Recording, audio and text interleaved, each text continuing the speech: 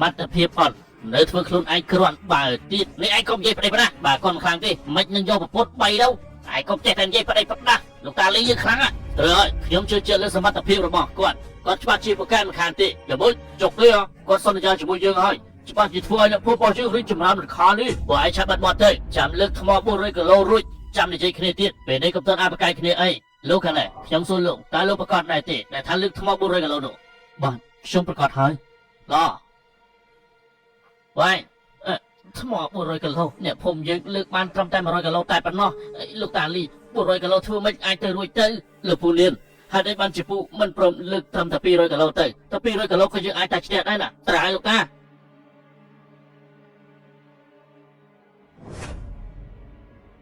នេះគឺជាថ្ម400គីឡូខ្ញុំធ្វើតាមសំណើរបស់លោកហើយអញ្ចឹងលោកក៏ឆាប់លើកទៅបើលោកលើកមិនរួចតំណែងជាមេតបថ្នាក់ទី5មួយនេះបានតែគេហើយបានលោកមេតប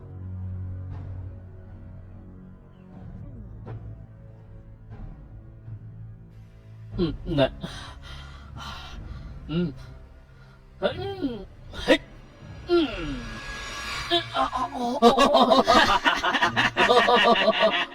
លើកមិនរួចទេតាកចាមិនចាំបាច់ខំប្រឹងទេថ្មនេះតាកចាឯងមិនអាចលើករួចបានទេយើងគ្រាន់តែធ្វើតែខ្សែទេអាចយើងនិយាយត្រូវជឿមានប្រពន្ធច្រើនអាចទ្រាំទ្របានចុះចំណែកឯងវិញរត់តែមួយមិនទាន់បានផងនេះលោកនិយាយបែបនេះចង់មើលគេក្មេងមែនទេបើខ្លាំងលោកឆាប់លើកទៅកុំបានតែមាត់នោះត្រូវកុំបានតែមាត់ឆាប់លើកទៅ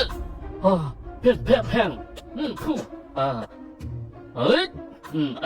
នៅតន់ត្រៀមទេ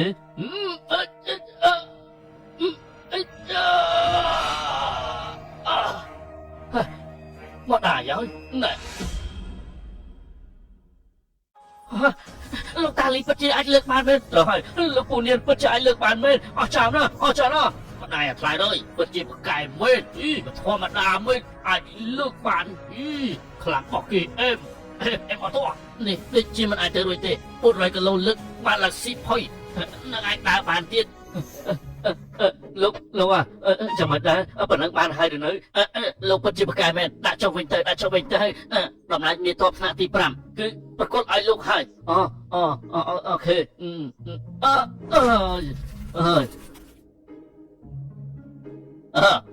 លោកខាងណាលោកពិតជាខ្លាំងមែនតើលោកឈ្មោះអ្វីទៅណែលោកមិនកំប្រុតឆ្លើយជាមួយគាត់ទៅលីរ៉ាសូមគោរពលោកសេនាប្រមុខខ្ញុំគឺឈ្មោះថាលីវ៉ានៀនពិតជាល្អខ្លាំងណាស់មិនងាយរកមនុស្សដែលមានកម្លាំងខ្លាំងដូចជាលោកទេពិតជាអស្ចារ្យណាស់អរគុណលោកសេនាប្រមុខខ្ញុំបាទគឺមិនហ៊ានទទួលទេ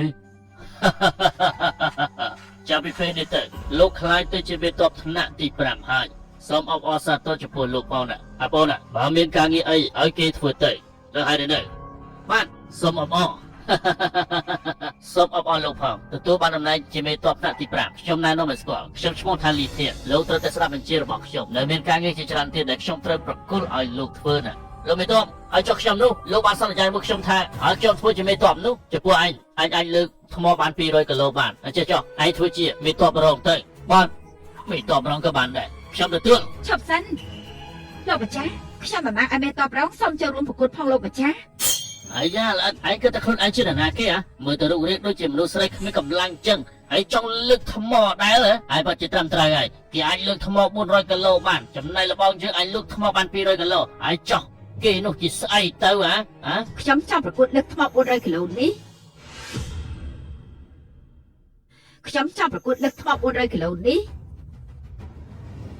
ហើយថាម៉េចឥឡូវឯងចង់លើកថ្ម400គីឡូនេះពិតជាមិនអាចទៅរួចទេបើលើករួចយើងសុកសិតស៊ីថ្ម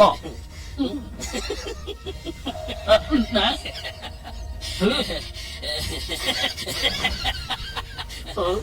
ម្នាក់ទៀតហើយដែលអាចលើកថ្មបាន400គីឡូក្នុងតប10000នាក់មានតាមតែ2នាក់តែប៉ុណ្ណោះដែលមានកម្លាំងខ្លាំងបែបនេះពិតជាមិនធម្មតាមែនពិតជាអស្ចារ្យណាស់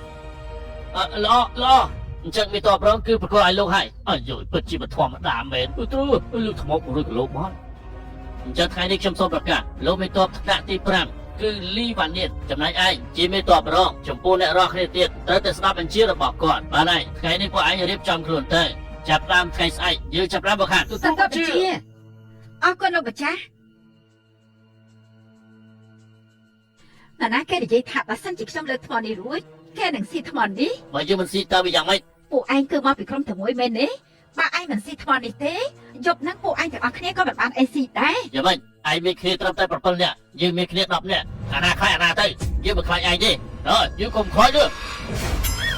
ម៉ែខ្លាចនោះអូ